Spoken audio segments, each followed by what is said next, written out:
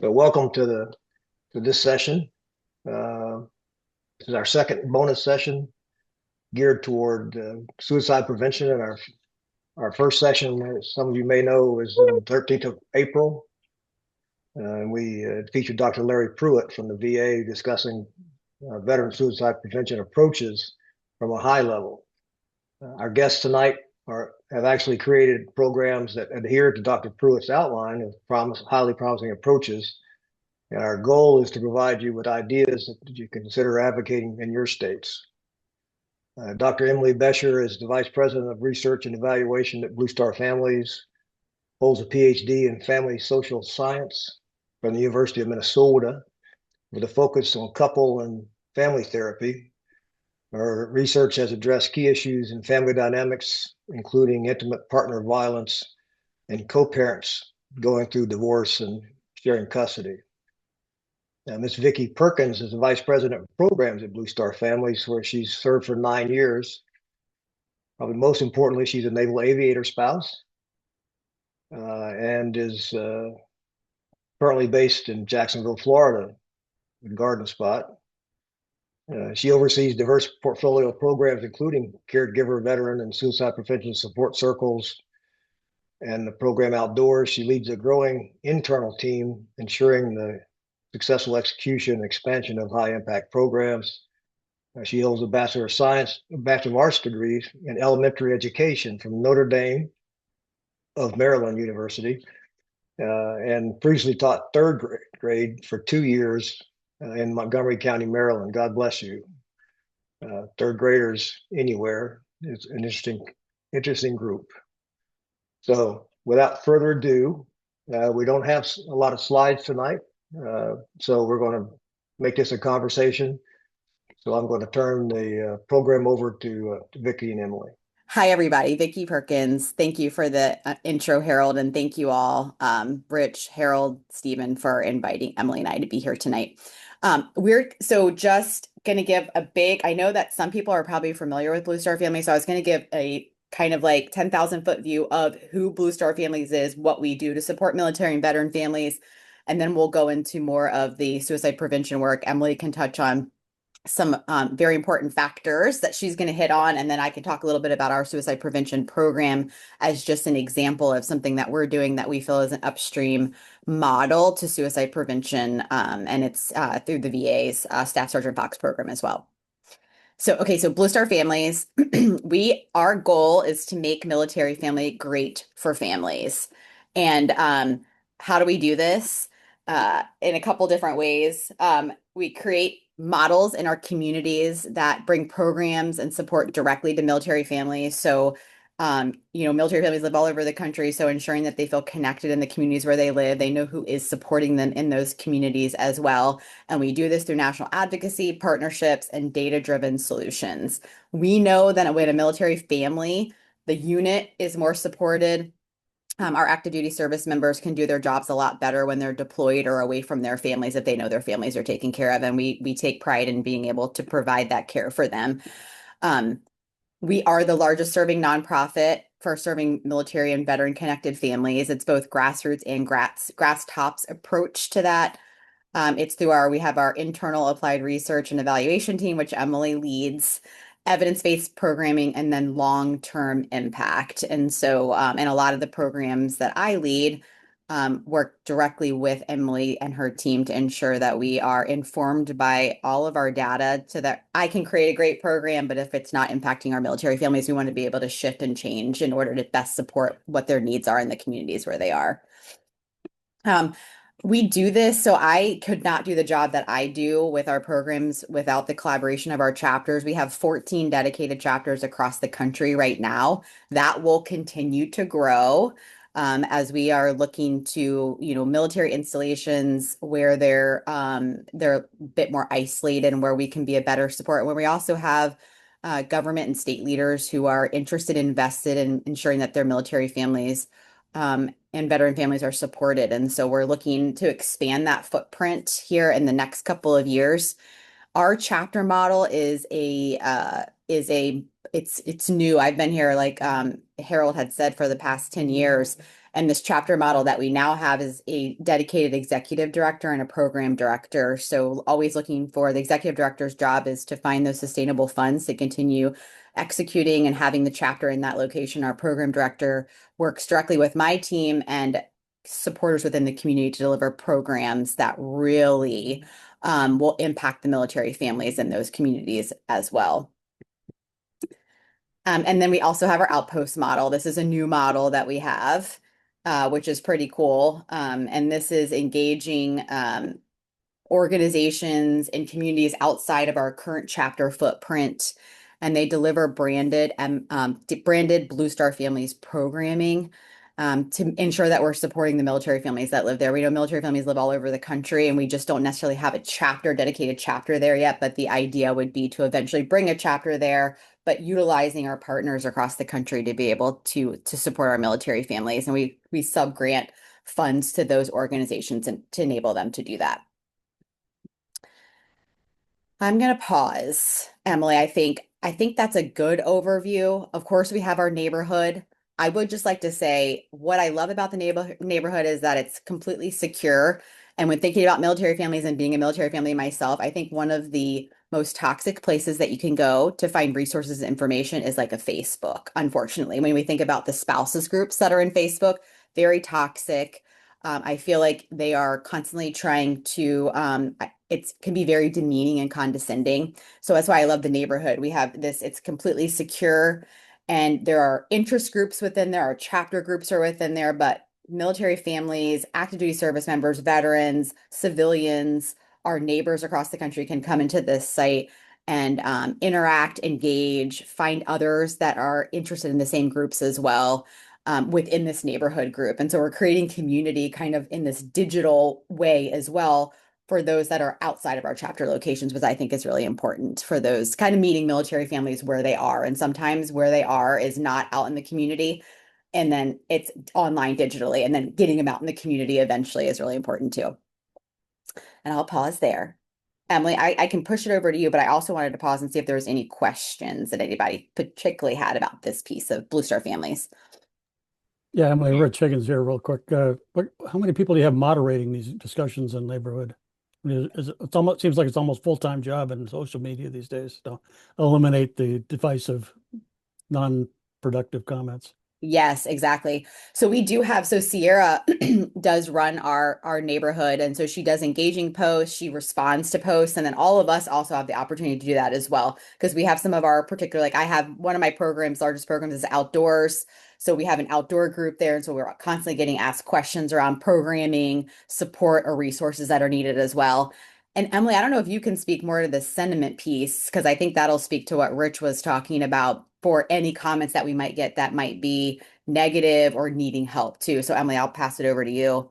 Yeah, absolutely. It's such a great question. And so we actually have on my team a full-time data scientist who's built a I don't, I'm not a data scientist person, but it's like an AI model that is specific to our community. And so what that AI model is designed to do is every comment as it comes into the neighborhood, you post it, that the model reviews that comment and it's looking for some specific things. It's looking for anything that's concerning in the comment in terms of like emotions that are more severe, any comments that are suggestive of something maybe harmful or mean or cruel. But then also, to be very honest, another thing we have to pay attention to is fraud. Like people coming into the neighborhood and doing sort of more scammy, fraudy stuff. So this model that we've built,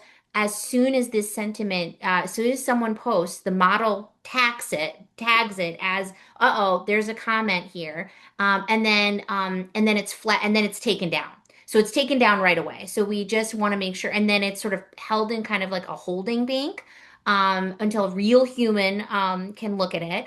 And then we have like a two layers after that. So for every comment that has to do with like somebody needing help or expressing a concern that is more serious, we have two people, two real humans making sure that comment is being addressed by a real human. So that person is getting outreach from another person. And then we have a backup for that person to double check, hey, did that actually happen? Did that person get checked in on? I could talk so much more about this, but this is a real concern for us because we know as we grow, there's only going to be more of this.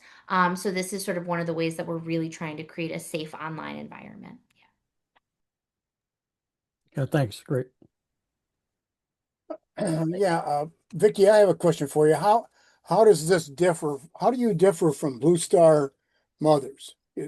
One thing that makes us unique is we look at everything through the family lens. And so that means that the idea is we want to create military family communities throughout the life course where people have what they, so that includes military children. So if your parents served and you're an adult military child, you're welcome in our community, right? If you have a grandchild who's serving, if you have a sibling who's serving, it's really anyone who's in the ecosystem of a serving family member. We have support for you and we have resources available. So it's, I think, just maybe broader. Maybe our umbrella is just bigger.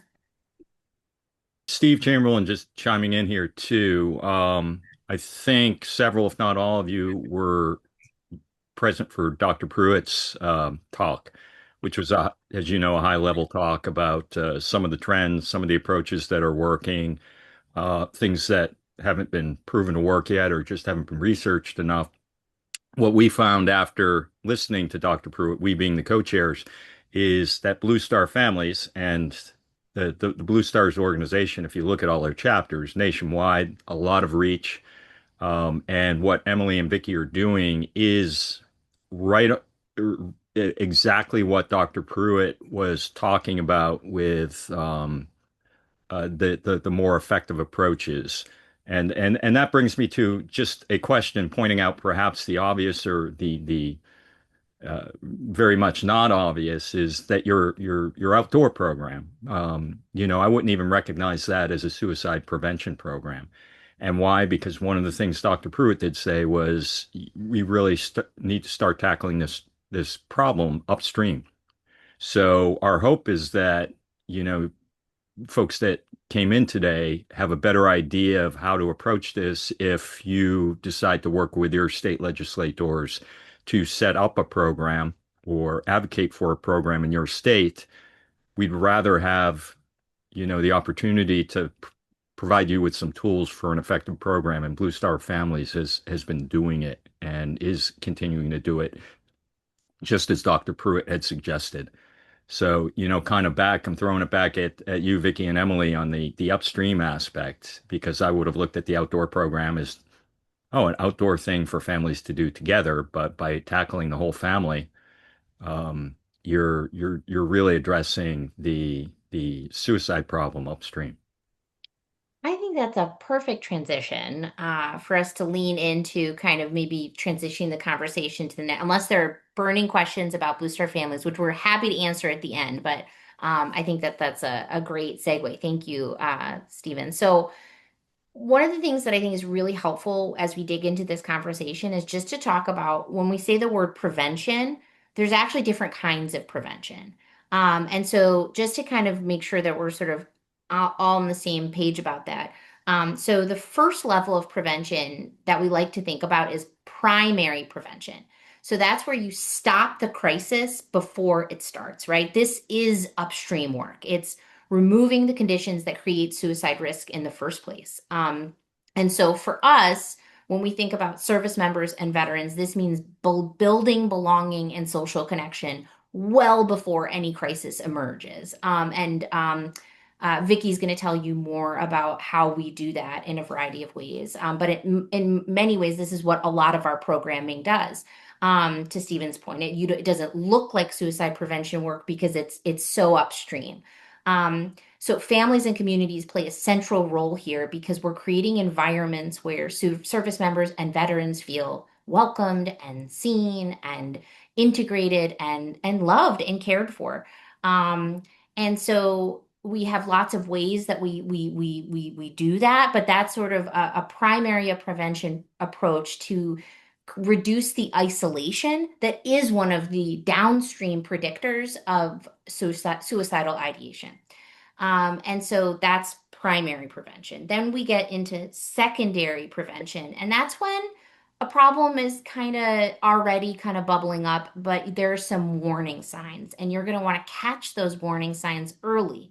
And this is really where our Staff Sergeant Fox, I think, work really comes in. And this is where Vicky will describe more. But this is about identifying those service members and veterans in the case of Staff Sergeant Fox who are already at elevated risk and are maybe they're already having some indicators that they're struggling, and making sure that the people around them are able to intervene, are able to spot those signs before the crisis escalates. And so often peers and families are the first ones to notice changes in behavior or mood or withdrawal. And so we want to build up communities of folks who have these skills so that if the primary prevention work hasn't fully done its job, we can intervene and do some secondary prevention.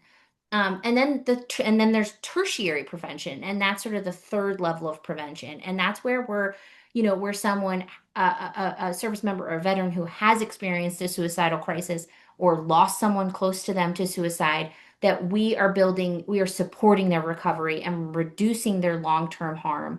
And this is about rebuilding quality of life and really preventing the reoccurrence of any issues. And right there at the heart of that is reducing social isolation and making sure folks are connected to people who care for them and love them and will support them as they heal and get better. And that social connection is just a real through line throughout all of our programming, where we see the forms of primary prevention, secondary prevention, and tertiary prevention. So I'm just going to stop right there because there's so much more research I could say, but just to say that's how we think about it, to Stephen's point. So, any comments or reflections on any of that? Because then I can kind of go a little bit more into the research about when they do research on all of this, where some of those key factors are that we can maybe push a lever on within state level policies and within programs, that isn't just working directly with one individual when they're in a stage of crisis, that we can actually do. There's quite a few other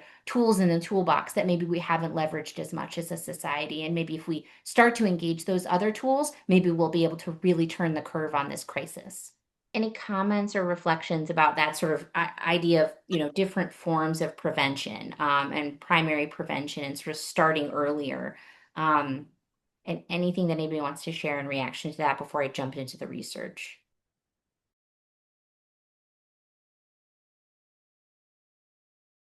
Okay, I'm going to go to the research and then Vicky gets to talk about our really cool programs. Okay, and I'll try to be really fast about this.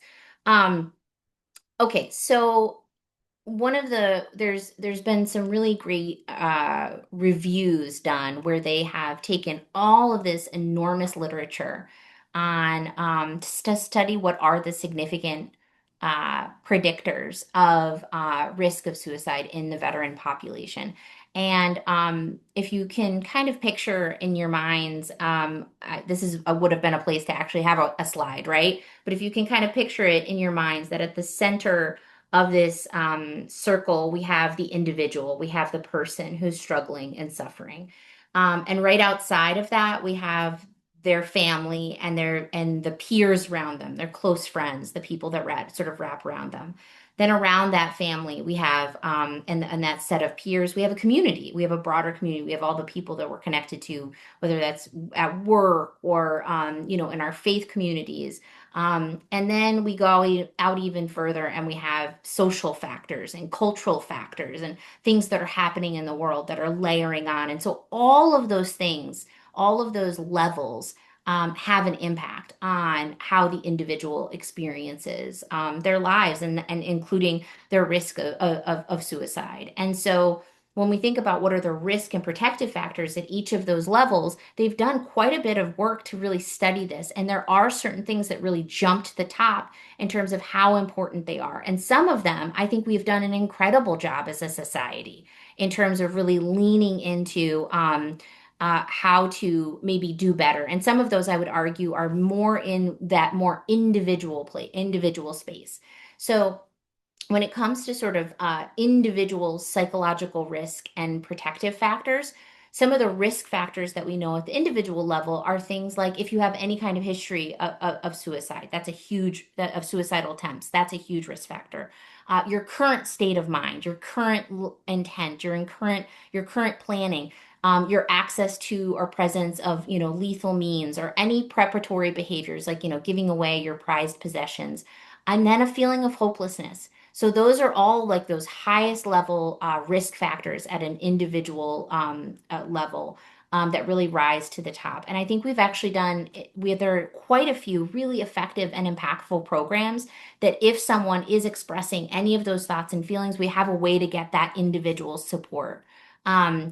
And then on the protective side, though, like in terms of individual protective factors, when someone has more coping skills, when they feel more hopeful, when they have a positive future orientation, and when they have additional reasons for living, those are significant predictors of that person not having suicidal ideation and not being at risk of suicide. And so, in our mind, a lot of the work that we do is again, when we think about those upstream kind of things we want to improve upon, we want people to have hope. We want them to have reasons for living. We want them to have a positive future orientation. And if you're alone and isolated, it is very hard for you to be able to do that. And we want to make sure that no veteran and service member is alone.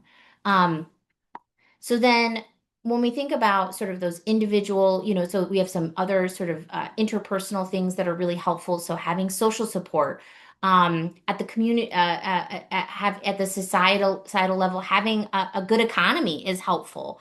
In interpersonal relationships, relationships with other people, if you are exposed to someone else who has taken their life through suicide, that is a risk factor for you. That increases your risk. And what something that is unique to veterans is that is a significant predictor of risk of suicide is combat exposure. So we know that the veteran community is at greater risk. And so they do need more upstream attention because of that. And so these are things that we think about when we start looking at sort of protective factors in the lives of service members and veterans, where we want to be thinking about what kind of family support do they have? What is their relationship with their children and their peers and their extended families? Do they have a social support network? Do they have any kind of spiritual or religious affiliation or any kind of participation that kind of connects them back into that higher kind of feeling like they're connected to something more than them, which I think Vicky will speak to the outdoors program, I think really has an element of that. And so these are things that we are trying to tap into through our programming. And then because of all those risk factors related to kind of suicidal ideation and planning, we also want to make sure that when veterans are experiencing stress, that they have people around them who can help them and recognize those signs. So I just talked a lot. I'll pause there, but then Vicky can, I think, talk a little bit about how our programming leans into this evidence-based predictors of risk and protective factors that we're trying to intervene with, but just many years earlier. But I'll pause there if anybody has anything they want to say or share. Emily, Steve again. I'm wondering if, since your program is really based on data and everything you've said is very similar to what we heard Dr. Pruitt say, is there and this is probably oversimplifying what you're doing, the complexity of what you're doing, but a template of some sort, or if somebody did get some traction working with their state legislators or VA equivalent, is there a way to assist them with it, i.e., an outline for how to at least structure a program, even if it's very general?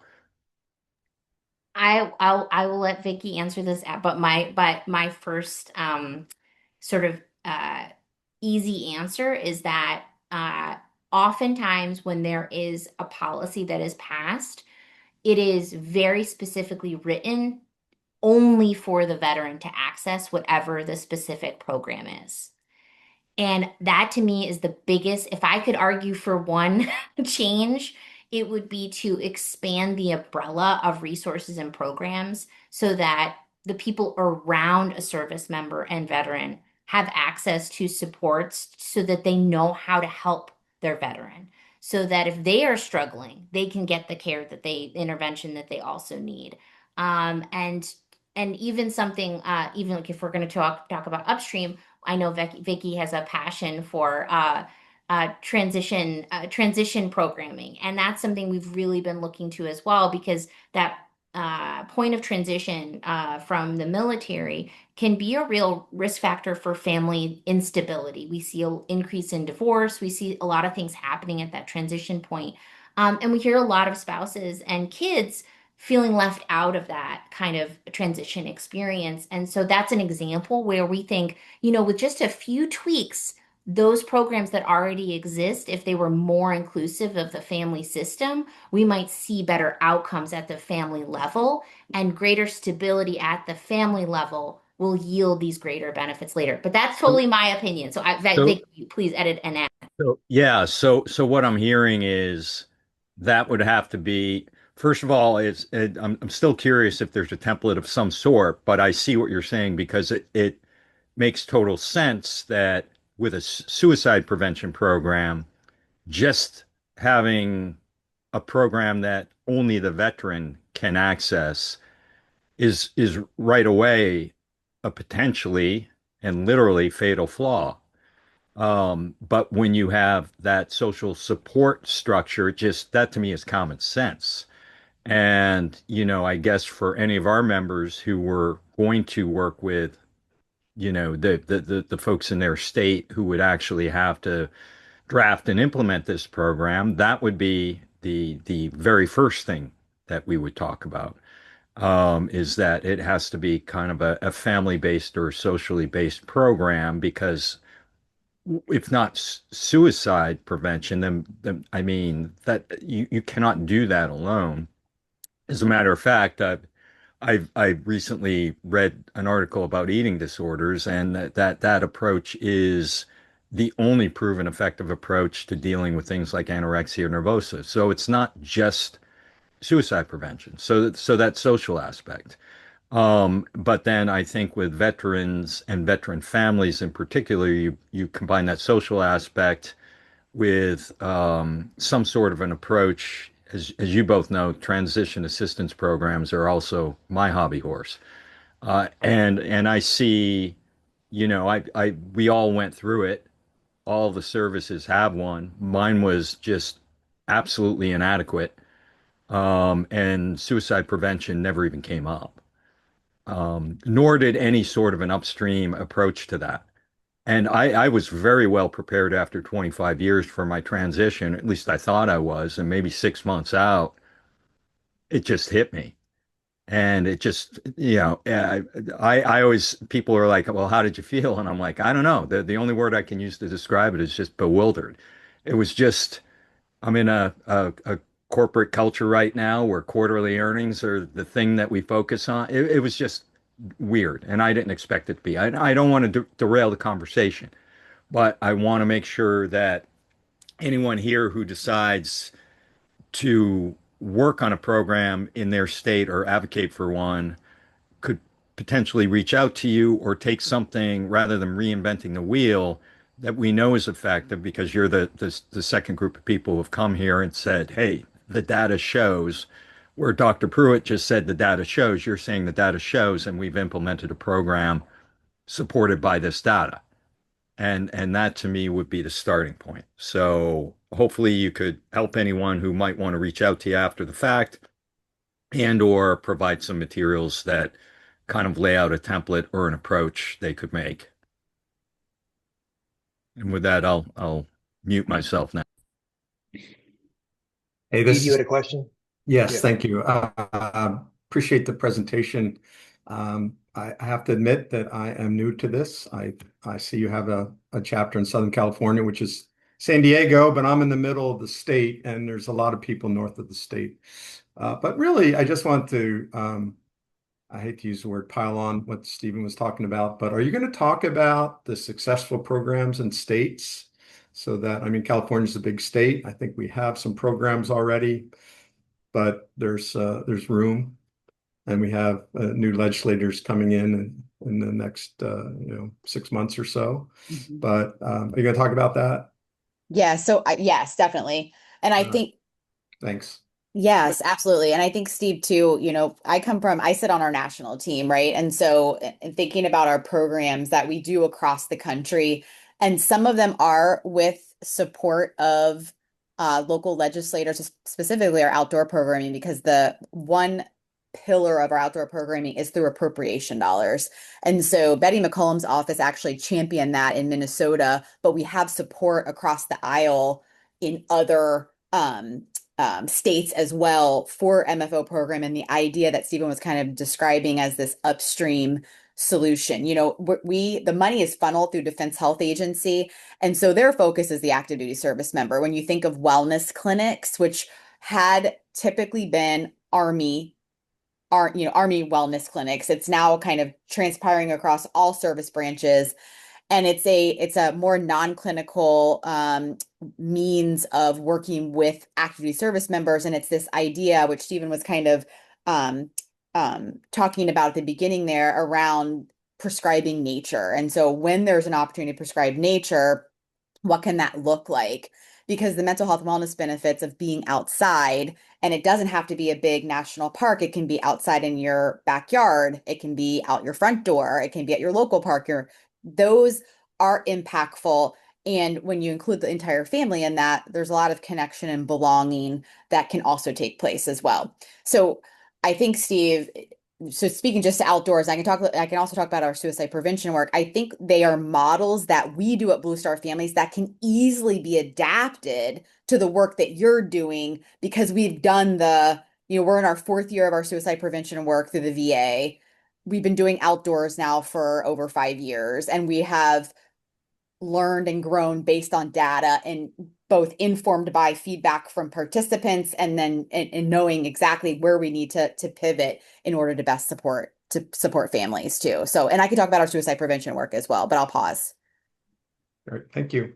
Yeah, absolutely. Yes. So outdoors again, and I'm glad you brought it up, Stephen, because I am eventually going to find a way where the two, our suicide prevention work and our outdoor programming, it's kind of like a continuation from one to the other, right? Suicide prevention work, those that we're working with the participants kind of move into our outdoor programming as another means when thinking about, I know the VA is also trying to adopt this. They've been working with National Park Service on this idea again of a park prescription, and it's come alongside some of the other, like the psychedelics and things that they're talking about as well. And so it's going to be coming down the pipeline, and I'll be curious how it continues to kind of evolve as well. Go ahead, Rich. Here in Michigan, we got a suicide prevention and governor's challenge initiative, Yes. which is, do you guys have a relationship with the Substance Abuse and Mental Health Services Administration that has that program in different states? Some of our chapters do. And interesting enough, I'm currently in San Antonio right now for the VA SAMHSA Military Veteran Transition Academy. That's going to happen this week, actually. And so some of our chapters do have relationships. It varies across the board, though, and how they work with them. And we, on our suicide prevention, with our suicide prevention work, so let me just go into that. So we work with the VA. We are a Staff Sergeant Fox grantee. We are a unique grantee because we are an upstream solution. And for the first 3 years of the 3-year pilot, they allowed us to be that upstream solution. And so what Emily described, what we were doing was providing resources, training, and tools for supporters of veterans to feel like they could intervene before a mental health crisis. And what we truly believe is that those closest to you, so those that Emily was talking about, those closest to you, whether it's a spouse, a caregiver, another veteran friend, family can be defined, supporter can be defined in so many ways. They're going to know when things seem off. And so how can we best prepare them so that we can get ahead of what we currently have, which is a suicide crisis? And I feel like the VA for a long time thinks they've had a hold on it, but it's more reactive, and we need to be way more proactive. And so our programming shows that there's a shift when someone starts in our program to how they feel about suicide. Can they intervene? Do they have a part in intervening? And they do. And so it is, and I think when you're thinking about your programs at the state level, Stephen speaks, I think very eloquently in including the whole family. So my husband just retired exactly 6 months ago today from the Navy after 23 years of service. And so it's been a whirlwind and it's been great. And our experience, I feel like I always joke with him. He's lucky I work for a nonprofit, so I have all the little ends, right? I always joke with him about that piece, but there's people that don't have a successful or what they feel like a successful transition, right? And we're still in the thick of it. I mean, don't get me wrong, he's in his third job because he's been trying to figure out what he wants to do, right? And so I think it's understanding where kind of people are when they're transitioning out. And I think when you don't include the whole family in that, you're leaving that whole, and family again defined in many ways. That's friends, it's it's extended family. It doesn't have to be an immediate like spouse or partner. I think is really important. Someone described this to me perfectly just recently. I think it's great that we do these programs for veterans because they transition out and they are trying to find their purpose and try to understand how they fit into this new kind of world that's not the military world anymore. So we send them on a big fishing trip and they get to do that with other veterans. They have fireside chats. They're connected with other veterans in that same space along that same journey. And then they take that veteran who's had a really awesome, disconnected, week-long fishing trip and they bring them back home and they don't prepare their family for that reintegration. And then things just start to go back downhill again. Like there's a miss there, which is why I think it's so important to include the family, which is why I think we had a lot of success and have been in our suicide prevention work. We're helping families, we're training them with crisis response planning. Who are those people that you would call and they're actually doing it on the card, they're putting on their fridge and they're putting it in their bag. Who is it that you would call in an emergency situation? And that's if you're having suicidal ideations, anything's going wrong. Who is it that you would call? Gatekeeper training, asking, like we actually practice. How do you ask someone if they are thinking about taking their life in a non-judgmental way? How do you do it? We practice it with our partners. We talk a lot about stress solutions. We talk about compassion fatigue. It's huge, especially when you think about veteran to veteran. Compassion fatigue, wanting to fill in for everybody to ensure they're feeling supported, but we're not feeling supported as a veteran or an active duty service member. And we're trying to help someone else, but we're not doing great either. And so how we give them the tools around what does that mean and how can you mitigate that? And so, and also I think a huge part of it is we also provide and talk a lot about gun safes, gun locks, and medicine safes. We talk about this especially with our veteran community. It's not about keeping their guns from them. It's not about taking their guns away from them. It's about how do you securely store them for others that are coming in your home. And also, we know when there's one barrier to accessing a firearm, suicidal ideations go down. And so we talk a lot of veterans where even they have their gun safe, they open it up, they have a picture of their family or another friend that they have, and that's one other barrier to accessing the firearm. And so we provide those, and I think it's really important to do that as well. And we talk a lot about PTSD triggers because a lot of caregivers were coming to us and they were struggling with how to talk to their veteran. And so again, I think this speaks to what Stephen was saying around thinking about the whole family and how to lift them up to ensure that they know how to support a veteran, because a lot of what we have heard is active duty service was great, veteran transitions out, and then all of a sudden the spouse or partner's like, I didn't know what I didn't know, and now it's too late to access resources and I don't know what to do and I don't know who to turn to. And so I think if we can step in at a local level to ensure they're feeling supported through some of these types of trainings and resources, I think again we are getting ahead of the suicide crisis and actually doing something upstream. My little plug, what we currently do with so our programming specifically, we do it virtually because we're meeting veterans across the country that can't come in person. They're committing to 8 weeks of a program and they're getting all of those things that I talked about. They're about 90-minute sessions because what we've heard through our evaluation and data is they want more time to digest what we are teaching them and then to talk to others in their cohort to kind of digest that, see how others are feeling. How do you do this? How do you implement it in your life? And so they're 8 weeks long. We have required intakes and exits we have to do based on the VA, which is CSSRS, psychosocial forms, socioeconomic status. That's where the VA puts us in a very small box because an eligible veteran to participate in a Staff Sergeant Fox program has to score a certain way on a CSSRS. And we all know veterans very well. It takes a long time to build trust. And they're not going to come out and just say to you, hey, you know what? I'm not feeling great today. I've been thinking about taking my life. They're not going to just willingly say that. So scoring on a CSSRS to be eligible based on the VA is hard sometimes. And what we all feel and what the 95 other grantees feel from Staff Sergeant Fox is we are turning away veterans we know are struggling because they're not scoring in a little box that the VA puts us in right now. And so that's why I think what you all are doing at the state level could be so impactful because you can open up that aperture that's not right now in this little box that the VA and what they tell us all the time the law says, and we have to abide by the law on an eligible veteran because we all know that the stigma around mental health, the stigma around saying I'm not doing okay, I'm not feeling okay. And so if we can provide a safe space where we can organically share some of these tools, some of these trainings to our veterans and their families, I think then we're being more proactive and less reactive. And I'll pause. I'm very passionate about this piece because I feel like there's so much we can do and better. What do you find most effective for getting the word out to those people that may not be aware of these programs that are available? That is such a great, I'm glad you said that too, Rich, because that is one thing as Blue Star Families as a national organization, which is why we've been working with our chapters. And for that very reason, obviously the VA wants veterans that aren't already connected to the VA, isolated veterans.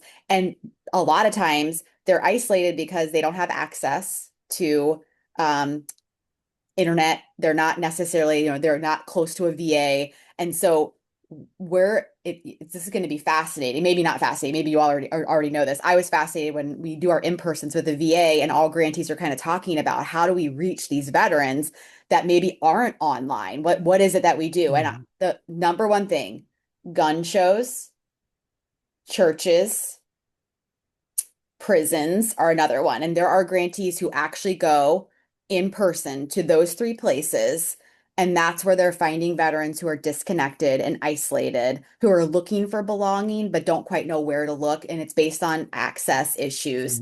And so those are some of the places that they're going to find their veterans. And then working with organizations, another one of our grantees or one of the Staff Sergeant Fox grantees is goes out to the rural communities and again is actually like on foot going door to door, reaching out, letting them know who's available. And so I feel like you all are in a great position because you're in a state perhaps where you can have that footprint a little easier than I can at the national level, unless I'm working with one of our chapters, because recruitment can be hard because we're trying to reach people who don't know about it. And so those are some of the unlikely places that some people aren't thinking about but that grantees have tried and are finding big success there.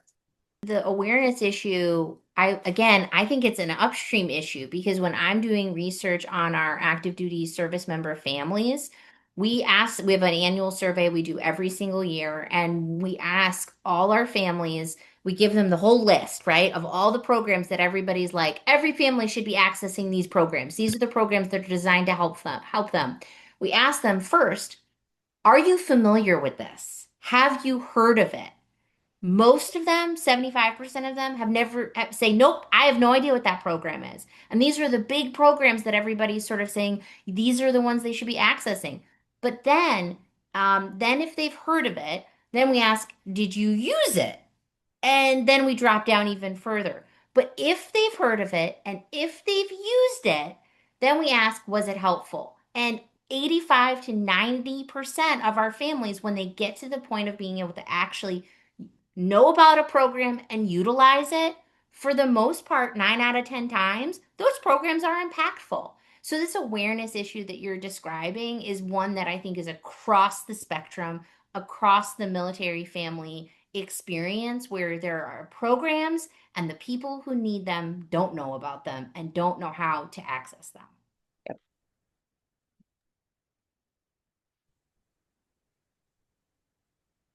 I can sit on my hands just so long, because we reinvent the wheel every so often. History repeats itself. If you don't learn from history, you're destined to repeat yourself. When Desert Shield, Desert Storm, we learned nothing.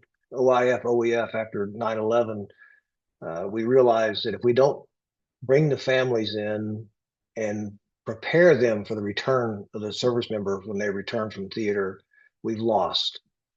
And here we are. Everything we do is focused on the individual, the service member or veteran, and not understanding that it's his environment that we have to affect. And it's just sad that we haven't learned that lesson and continue to learn that lesson. The Army and the military in general has said, you start planning for your transition from the military the day you enlist. Formalized to 2 years out. To Steve's point, who has what unit is giving someone that kind of time to do that? As a garrison commander 2 times, running those transition programs, trying to get people into the programs was like trying to squeeze blood from a rock. It's just terribly hard to do because they've all got their missions.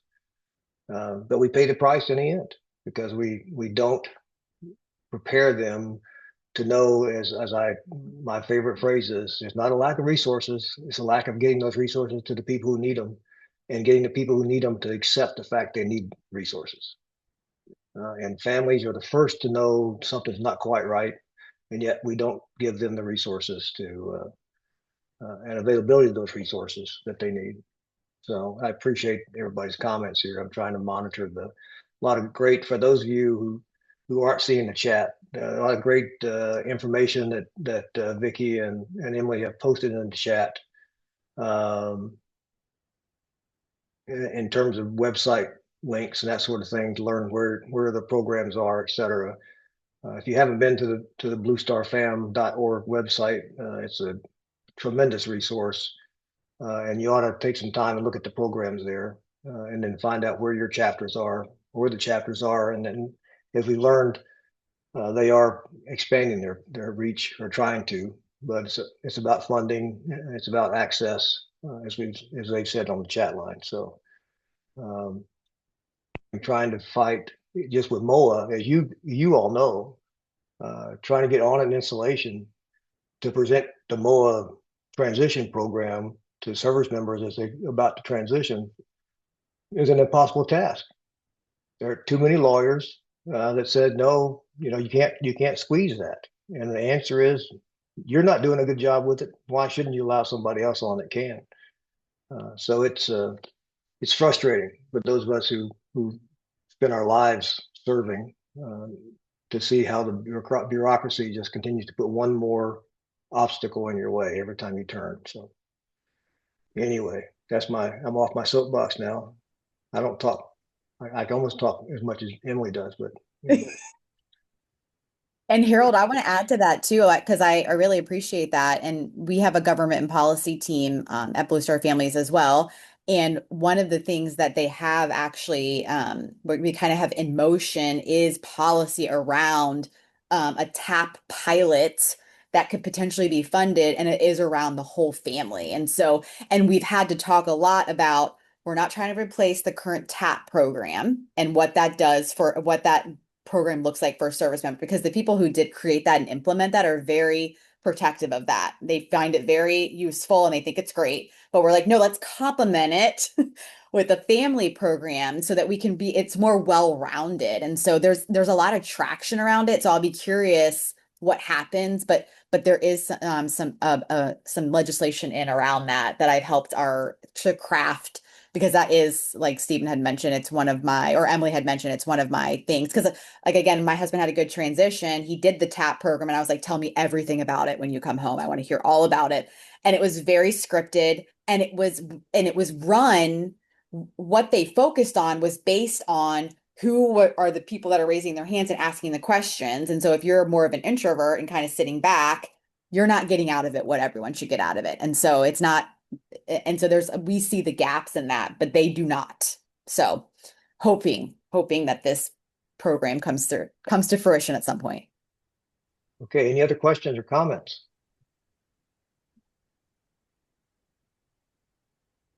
Well, I want to thank Vicky and Emily for joining us tonight. Very informative. You know, information is power, but only if you share it. And so you've got to, and we hope that these sessions will be beneficial to our group. As we know, as most people know, we've posted the results of this, the video and the audio and the text information on our website. So I urge you to continue to check our website. Our next quarterly meeting is on the 21st of July at 8 o'clock Eastern time. So we will send out a save the date email once we've locked down the details on that, sometime probably late June, early July, depending on how the coordination takes place. Please visit our website. If you haven't visited our website, please do so. It was on the invitation you received to come to this meeting. Subscribe to the website. We're on LinkedIn. Follow us because we try to put information on that as well in both places. So, Rich or Steve, any parting thoughts? No, thanks, Harold, for letting folks know. Definitely the website is the place to go. The ideas page will in a few days have this recording up. And certainly, reach out, comment on that site, share it with folks. We definitely want a bigger audience to see what Vicky and Emily presented today.